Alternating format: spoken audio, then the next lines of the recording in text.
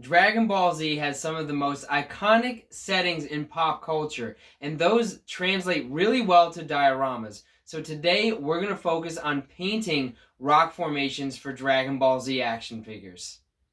Vascotoys, action figure dioramas and props.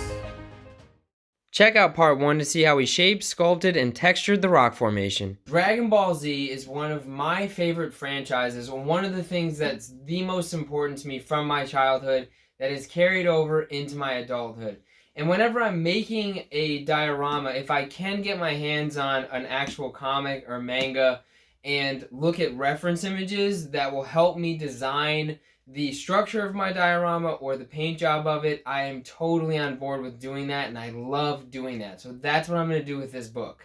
We're going to look at this issue of Dragon Ball Z manga, and it starts out on Earth when Vegeta and Goku are squaring off. And this is the only part of the book. There's a few pages that have color in it. And since we're referencing the paint, I wanted to just take a look at a few of these. So this is a good reference for what the rock structure should look like, which I do think we captured in part 1, and what the colors that we're going to try to achieve in part 2 are like.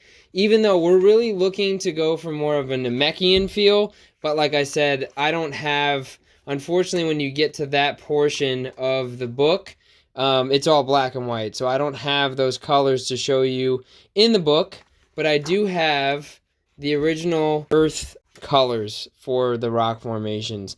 And so they're not that far off. These tend to be a little bit more orangey than the Namekian color scheme, but I think it'll be a good starting point for us.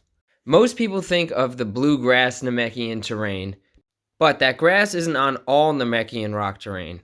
I'll focus on how to do that process in a different video. I start out by base coating the diorama in a nutmeg brown by Apple Barrel Paints.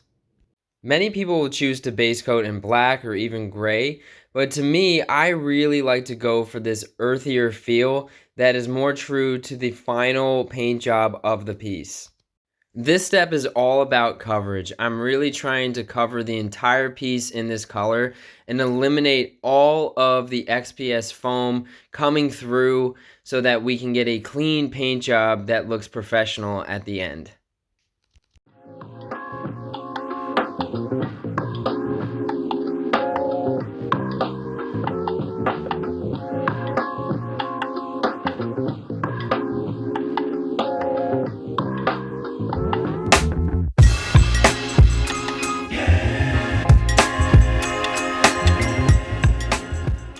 For the next step of this paint job, we're going to be using an airbrush, and I am actually very inexperienced with airbrushing. I've only used it one other time on a different project.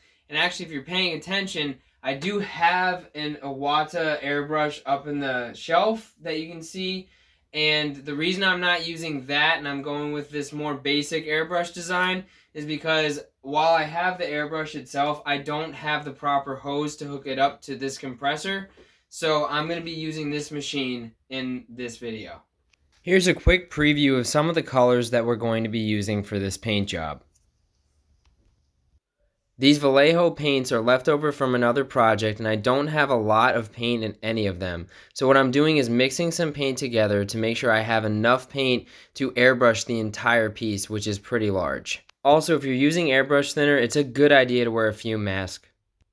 I don't have a spray paint booth, so I always do my airbrushing outside with a mask on just to be extra safe. My first airbrush coat is of this darker color that you just saw me mix, and I'm just trying to really cover up any of the pink that came through, and I do want to make sure I get in the cracks with this color. I added some more earth brown and sprayed the bottom parts of all the ridges I sculpted. As that's drying, it's time to mix our next color for our next layer of paint. This color was another one that I really didn't have enough of to do an entire layer with, so I tried to squeeze everything I could out of it before applying some airbrush thinner that I moved into this bottle, and then ultimately trying to add in some other colors as well to help thicken the paint and make sure that I was going to have enough to cover the entire piece that we're trying to paint. The color that we just mixed adds some gold to the rock formation, which is going to be really cool as a highlight that's going to shine through in the final version of the paint on this project. Time to mix the last color that I'm going to use in the airbrush to paint this diorama. I'm starting with the Vallejo paint that I just showed you, and then I'm going to mix in a acrylic paint that I've often used called Anita's Desert Sand to make sure that I again have enough paint to cover the entire surface area of the project. Once I'm happy with the color mixture that I'm creating on screen, then I go ahead and add some airbrush thinner to the paint. I didn't mention it before, but I really want the consistency of the paint to be very watery. So every time I add in some more paint, I have to remember to add in more thinner, because otherwise my paint could clog up the airbrush and it won't paint properly, or it'll spew or spatter, and I do not want that. Time for our final airbrush coat, which is really going to make these rocks look more like desert terrain by lightening them up a little bit on the surface areas while maintaining the darkness in the cracks that we painted in previous coats. I'm taking a conservative approach to painting this because I can always add more if I want to. The last paint coat on this piece is going to be dry brushing some Anita's Desert Sand onto the cracks and crevices of this diorama. This step really helps highlight the sculpt that we created in part 1 and give some believability to the fact that these are desert rocks.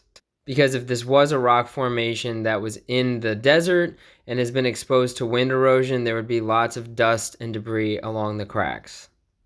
When you're dry brushing, remember that less paint is actually better, and you want as little paint as possible. You can accomplish that by wiping some of the paint off on the paper towel before you apply it to the diorama.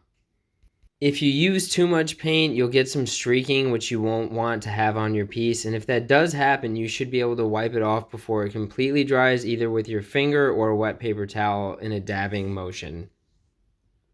And with that, our rock formation is completely painted, and I have to say, I think it's looking great. If you'd like to seal these, you can use Minowax fast drying polyurethane spray and it will not damage the pieces.